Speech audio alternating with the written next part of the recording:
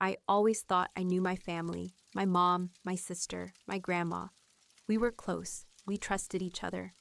I never imagined a simple DNA test could change that. At first, I just wanted to know where I came from, to trace the roots of our family, maybe find some long-lost relatives. But when the results came in, everything I believed about my life stopped making sense.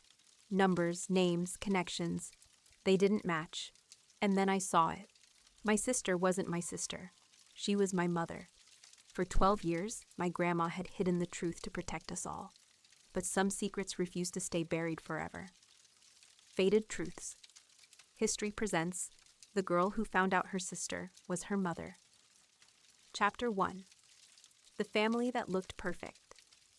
When I think about my childhood, it feels like a photo album left too long in the sun. Warm, faded, slightly unreal around the edges. We weren't rich or special. Just an ordinary family living in an old yellow house on the edge of town. The kind of place where everyone knew everyone, and secrets had no room to hide. At least that's what I believed. Our home had its own heartbeat. The wooden floors creaked differently depending on who walked across them. Lena's light steps always quick and impatient. Grandma's slow shuffle. My mom's steady rhythm that meant everything was under control. There was comfort in those sounds.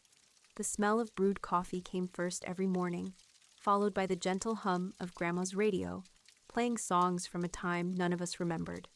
My sister, Lena, was the vibrant one, 12 years older, always rushing somewhere. She had that kind of smile that could pull anyone out of sadness, and I adored her for it. When I was little, she brushed my hair into ridiculous braids and promised we'd travel the world together one day. She had a way of turning even chores into adventures. Washing dishes became a singing contest. Cleaning turned into a race. To me, she was a mix of best friend and fairy godmother, the safe person you told everything to. Mom was different, calm, composed, carrying a quiet strength. She didn't talk much about emotions, but you could always feel how deeply she cared. When I got sick, she sat next to my bed long after I fell asleep, her hand resting lightly on my forehead. I used to call her the still point, the one person who kept our stormy little household steady. And then there was Grandma. Small, almost fragile, but you could tell she was the glue. She had the kind of wisdom that came with years of holding the family together through things no one talked about. Her voice had that low, reassuring rasp, like dried leaves rubbing against each other. She never raised it, never rushed, but she always seemed to know the right thing to do. Our days followed an unspoken ritual. Sunday breakfasts around the wooden table, laughter echoing between old wallpapers. Lena teasing Grandma for always baking too much. Grandma pretending to scold her for not eating enough. In the evenings, Mom sat by the window with her tea, staring outside like she was watching something we couldn't see. Sometimes I caught her smiling at nothing, a quiet, wistful kind of smile that made me wonder what memory had just passed through her mind. For a long time, I thought happiness looked exactly like that. Predictable, safe, perfect. But over the years, small cracks began to appear. Faint, almost invisible. Little moments that didn't add up. Like the way Grandma's expression hardened whenever Lena mentioned her high school days. Or how Mom skipped certain stories whenever people asked about our past. Once, when I found an old box of photos in the attic, I noticed something strange. In every picture from the year I was born, Grandma looked several years older than she should have been. I asked Mom about it, but she said time plays tricks on memory and people's faces. There were plenty of times when Grandma looked at me with an intensity I didn't understand. Not like a grandmother admiring her granddaughter, but like someone terrified that the truth might be written somewhere on my face.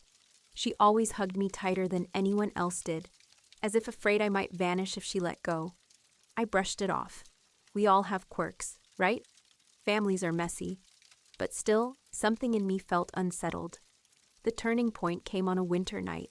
One of those quiet, uneventful evenings when nothing in the world seems capable of change. I was sitting on the couch, scrolling through my phone, when I stumbled on a viral video. A young woman talking about how she discovered her real father through an online DNA kit. Her tone was cheerful, but I couldn't stop thinking about her words. I thought I knew who I was, until I didn't. Out of pure curiosity, I opened the website. The idea intrigued me, a simple test that could map my ancestry, trace bloodlines stretching centuries back. It seemed harmless, even exciting. I joked about it at dinner between Lena's laugh and Grandma's quiet smile. Lena said, "Go for it. We'll find out if we've got royal blood or pirates." Mom rolled her eyes. "Don't waste your money," she said, but her voice was unusually sharp. Grandma didn't say a word. She just looked down at her plate and kept cutting her food into perfect little squares. I laughed it off and ordered the test anyway. It arrived a few days later, a tiny plastic tube, sterile packaging, a return envelope. It felt almost silly how something so small could promise to reveal something as enormous as who you are. That night, I sat by my window, sealing the sample. The snow outside was steady and quiet, and the house behind me hummed softly with the sounds of my so-called family. I dropped the kit into the mailbox the next morning without giving it a second thought.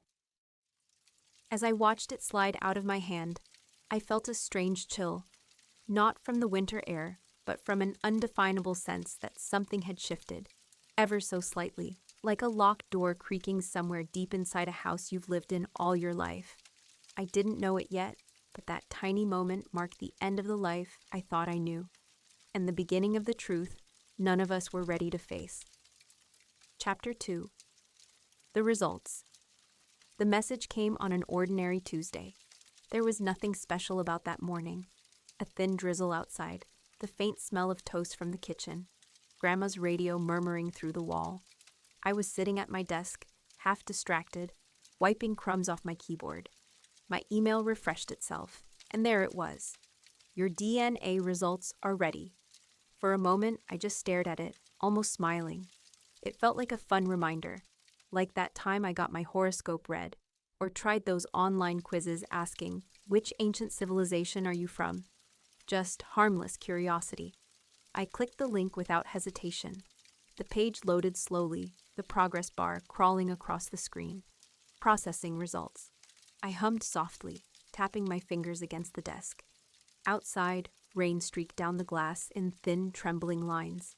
When the results finally appeared, I leaned forward with mild excitement. The ancestry breakdown was neat, color-coded, pleasantly ordinary. A mix of Northern and Eastern European, a touch of Mediterranean. Nothing shocking. I chuckled softly, but then I scrolled. Under relatives matching your DNA, 2 familiar names appeared. Maria Evans, parent/grandparent. Lena Evans, parent/child. At first, my brain didn't register the words. I blinked twice, then again, reading them over and over until they blurred. Parent, grandparent, parent, child. That can't be right. I refreshed the page, twice, then again. The information didn't change. Cold prickles crept up my spine. Maybe I'd uploaded the wrong sample, or the database glitched. But there were my initials, my email, everything correct. I opened the support page, scanning for errors, mislabeling, system bugs. There was a cheerful line that said, "We guarantee 99.9% accuracy." It might as well have been carved into stone. 99.9, I whispered to myself, as if saying the number could undo it. Then came the denial. That quiet, desperate reasoning only panic can produce. Maybe it's a coincidence. Maybe the algorithm confused generations. Maybe Mom and Lena shared stronger DNA for some biological reason. Maybe, but the thoughts collapsed mid-sentence. Deep down, something ancient and instinctive told me none of this was wrong. I'd seen the truth, in Grandma's protective silences, in Mom's hesitations, in the way Lena always looked at me like she knew something I didn't. It all aligned now, perfectly, painfully. I pushed my chair back and stood up, heart pounding in my throat. The air in my room felt heavy, electric. I walked in circles, glancing at the smiling faces in the framed photos on my wall. The 4 of us at the lake, Lena's arm around my shoulders, Mom in the background, a soft smile under tired eyes. She knew. It was like a reel of my entire childhood started playing, fast-forwarding 10 years of laughter and comfort through a new, distorted lens. Lena's high school photo. She was 16, her eyes scared but brave. The summer before I was born. My birthday pictures where she always stood a little too far from Mom, as if space itself could hide the truth. I remembered the bedtime stories where she brushed my hair and whispered, "I'll always be with you." Back then, it sounded like love. Now, it felt like confession. I sank onto the bed, pulling the laptop toward me again, hoping I had imagined it all. But the screen still glowed cold and factual. Lena Evans, parent/child relationship, confirmed. My mouth went dry. I didn't know if I wanted to cry or scream. Instead, I just sat there, shaking, trying to breathe normally. The sound of Grandma's footsteps echoed faintly down the hall. She called my name, gentle as always, asking if I wanted tea. I didn't answer. If I opened my mouth, I knew something inside me would break open, something that couldn't be closed again. That night, I lay awake staring at the ceiling, listening to the wind press against the windows. Every creak of the house felt like it was whispering the same thing. You were never supposed to find out. I thought of Lena upstairs, probably asleep, unaware that my whole world had just snapped in two. Or maybe she was awake too, feeling it through some invisible thread that still tied us together. When sleep finally came, it was shallow, filled with old memories. Grandma's voice telling me family is the only truth. Mom's tired smile. Lena's eyes, brighter than mine, but hiding something behind them all along. By morning, the calm surface of denial was gone. I woke up knowing the truth hadn't been a dream. The air in the house felt different, heavier, colder, fragile. As I walked into the kitchen, the three women I loved most in the world were already there. Mom was stirring her coffee. Grandma was buttering toast. Lena looked up at me with that familiar smirk. For the first time in my life, I couldn't look her in the eyes. The secret was alive in the room, breathing between us, waiting for someone to speak it aloud. Chapter 3. The Truth at the Table. That morning felt wrong from the moment I woke up. The house sounded too quiet, too careful, as if everyone were holding their breath. From my room, I could hear soft clinking in the kitchen, the rustle of clothes, the kettle sighing. Usual sounds, but hollow, strained. I dressed slowly, buying time I didn't actually need. My laptop still sat on the desk, the DNA results page open from last night. I couldn't bring myself to close it. The numbers stared back like witnesses. Parent/child relationship confirmed. My throat tightened. I'd barely slept, but my heart beat as if I'd been running all night. I knew I had to say something. Pretending wouldn't work. I was already past the point of silence. Still, the thought of looking into their faces made my stomach ache. When I finally walked into the kitchen, everything looked too familiar. The scent of toasted bread, the hum of the radio, the steam curling from Grandma's tea. Only the warmth was gone. Mom was standing by the stove stirring her coffee. Grandma sat at the end of the table knitting, though she hadn't made a single stitch in minutes. Lena was slouched over her plate, scrolling through her phone, pretending she didn't notice me come in. But her shoulders tensed the moment I said, "Good morning." 3 pairs of eyes lifted, briefly, cautious, rehearsed. "Morning, sweetheart," Mom said softly. "Hey, you okay?" Lena asked, forcing a smile that didn't fit her face. I nodded, sat down, poured myself tea. My hands were clammy on the cup. Nobody said anything else. Only the clock ticked, the same steady rhythm it always had, now echoing through my ribs. "I got my DNA test results back yesterday," I said suddenly. My voice came out quieter than I expected, but it sliced through the silence like glass. Mom's spoon froze midair. Grandma looked down at her tea. And Lena. Her phone slipped a little between her fingers. "That's nice," Mom murmured, still not looking at me. "Did you find any famous ancestors?" "Yeah," I said, staring straight at her. "And apparently, a few living ones I didn't know about." I could hear my pulse in the space between my words. "Mom, according to this test, you're not my mom." The quiet that followed didn't feel like silence. It was dense, heavy. The air itself seemed to press down on us. "That's ridiculous," she said finally, laughing lightly, but her voice wavered. "These tests make mistakes all the time." "They don't," I interrupted. "It says you're my grandmother." Lena looked up then, and just like that I knew. She didn't even need to speak. The look on her face told me everything the papers hadn't. Her eyes, so much like mine, glistened with tears she hadn't yet allowed to fall. I felt the room tilt, like gravity had shifted sideways. "Say something," I whispered. "Please, someone tell me I'm wrong." No one did. Finally, Grandma exhaled, her voice low and trembling with something that sounded like surrender. "It wasn't meant to be this way," she said. "Meant to be what way?" I shot back. "A lie? My whole life an act." Lena's lip quivered. "You have to understand, I was 16. I didn't know what to do. Mom said she'd help, she'd make it right. They said it was better if you thought Grandma was your mother. I wanted you to have a normal life." "Normal?" My voice broke. "Nothing about this is normal. You let me grow up believing my mother was my sister. You looked me in the eyes every day and played along." She started crying, silently at first, then shaking, gripping the edge of the table like she'd fall without it. "I tried to tell you so many times," she whispered. "But every time, I saw how happy you were, how close you and Mom were. I didn't want to destroy that." I turned to Grandma, my voice cold. "And you let her? You thought this was love?" Her eyes, dull with age and guilt, lifted to mine. "It was love," she said slowly. "Desperate love. We thought we were saving you both. The world is cruel to girls who make mistakes at 16. I didn't want her to lose her future, or you to carry her shame." I shook my head, fighting the tears burning behind my eyes. "You didn't protect anyone. You destroyed trust, the one thing families are built on." Mom finally spoke, her voice thin and soft, barely there. "We thought the truth would hurt more than the lie." "Well," I said quietly, "you were wrong." Rain began tapping against the windows, soft at first, then harder, like small fists asking to be let in. The clock ticked louder than ever. For a moment, no one moved. Lena reached toward me, hesitant, shaking. "Please, just look at me." I did, and it broke me, because I saw the fear, the regret, and the love all tangled together in her face. She wasn't my sister. She wasn't even my mother. She was both, and neither, at the same time. "I don't hate you," I said finally, voice raw.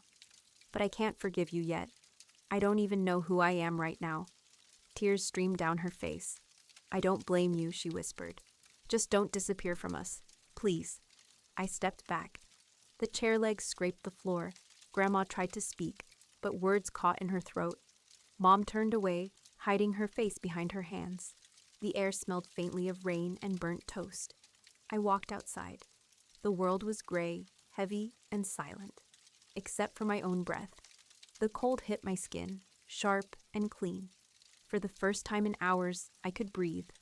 I looked up at the sky, overcast and endless, and whispered, "I just wanted to know where I came from. Now I don't even know where I belong." Behind me, through the window, I saw movement. Lana standing by the glass, her hand resting on it as if she could reach me through the rain. And even though I wanted to hate her, some part of me still felt that invisible string between us, the one no secret could quite cut through. I turned away before she could open the door. The truth might have broken everything, but something inside me knew that freedom always comes with a cost. That was the day our story stopped being a lie and started becoming something else. Excellent. Here's a fully expanded and refined Chapter 4, twice as detailed, written as the emotional and cinematic finale of your story. It includes the missing inner monologue, subtler emotional layers, strong visuals, and a closing sequence that feels final yet deeply human, perfect for Faded Truths History's storytelling style. Chapter 4. The Weight of Truth. 3 months had passed since that morning in the kitchen, the morning that split my life into before and after. Winter had melted into the wet chill of early spring.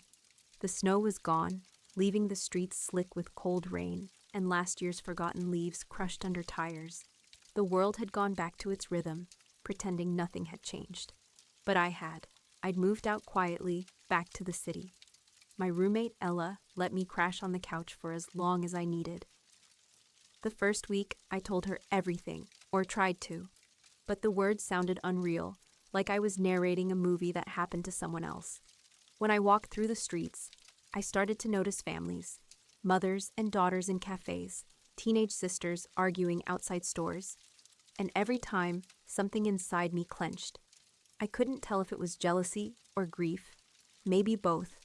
The nights were the worst. The city hummed outside the window, but But inside, everything felt silent. I dreamed of that kitchen again and again. The ticking clock, the untouched toast, the sound of Lena whispering, "You weren't supposed to find out like this."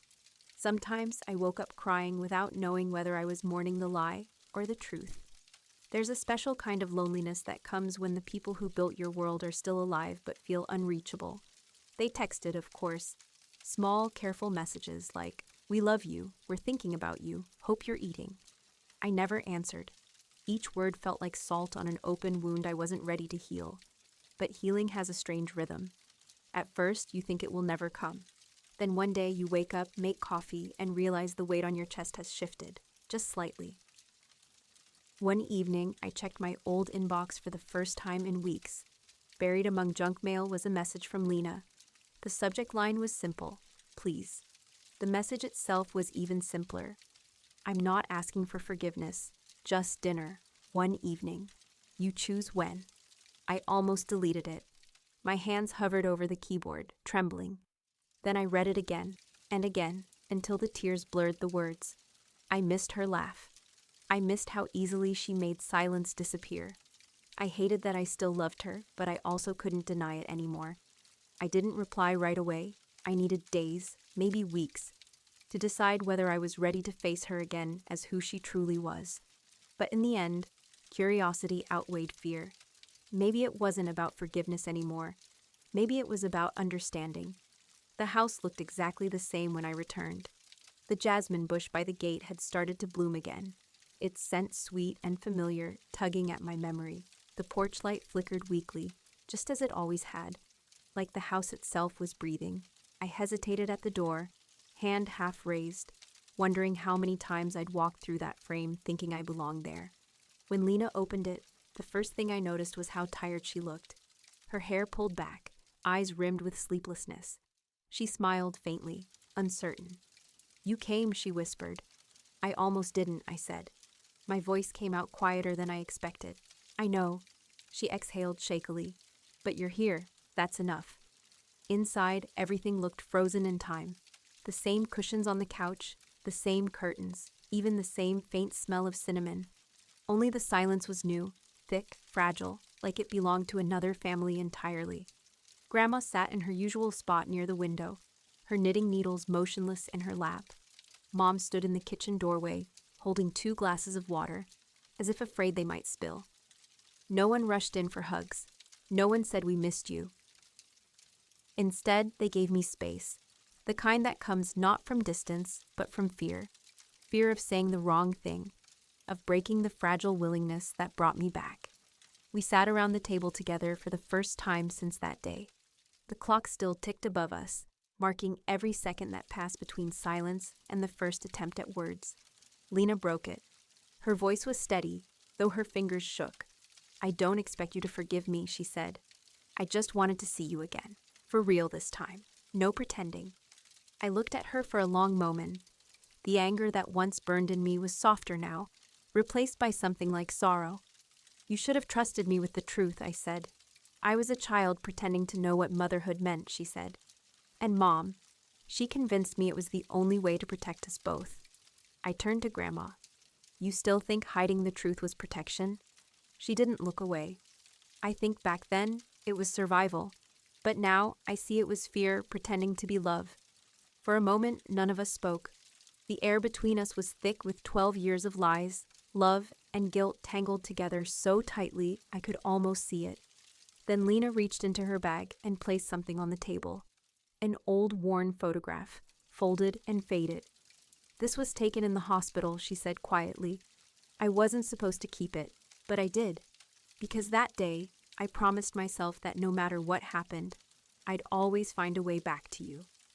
In the photo, a young girl, barely 16, held a baby swaddled in pink.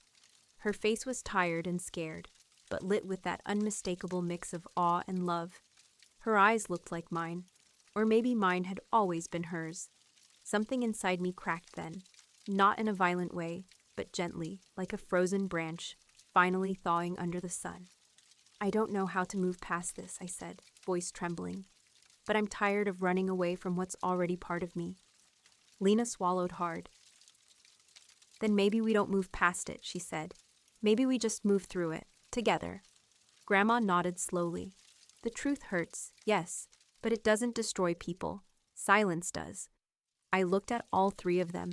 The women who'd built my world, who'd lied to me, and who loved me even now.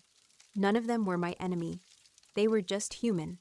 When I finally stood to leave, the porch light had gone out. The night was cool, and somewhere in the distance, thunder murmured behind the clouds. I turned back and saw them still standing by the doorway, 3 silhouettes against the soft glow of the living room. "Will you come again?" Lena asked, her voice small. "I think so," I said, "but maybe next time we start with the truth, all of it." A faint smile broke through her tears. "Deal?" I stepped off the porch into the rain. It began to fall gently, not cruel, not cold, just clean. As the droplets touched my face, I realized they didn't sting anymore. The world smelled fresh again, not like endings, but beginnings. And somewhere deep inside, beneath all the hurt and confusion, something finally loosened. The weight I'd been carrying for 12 years, dissolving slowly into something lighter. Because maybe the truth didn't fix everything, maybe it wasn't supposed to, but it gave us a chance to start again, not as the family we once pretended to be, but as the one we could still become. And for the first time in a long time, that felt like enough. Epilogue. The shape of truth. It's strange how one secret can live in silence for years, untouched, invisible, until one small truth calls it out into the light. When I sent that DNA test, I thought I was searching for roots, not ghosts. But what I found wasn't just a hidden mother or a rewritten past. I found how fragile love is when it's built on fear, and how strong it becomes when it survives honesty. There are still days when I catch myself hesitating before calling Lena by her name. Mom feels foreign. Sister feels untrue. We're still learning to speak again, one truth at a time. Grandma writes me letters now, slow, careful ones, always ending with "I hope you're sleeping well." We don't have the old kind of closeness anymore, but we have something better, realness. And maybe that's enough. Sometimes, at night, I replay the moment I walked out into the rain that day. I thought I was losing everything, but now I see I was just stepping into the truth, raw and unfiltered, for the first time. Because the truth isn't the opposite of love. It's what keeps love breathing. And if there's one thing I've learned, it's this. Lies may protect you for a while, but only truth sets you free. Faded Truth's History.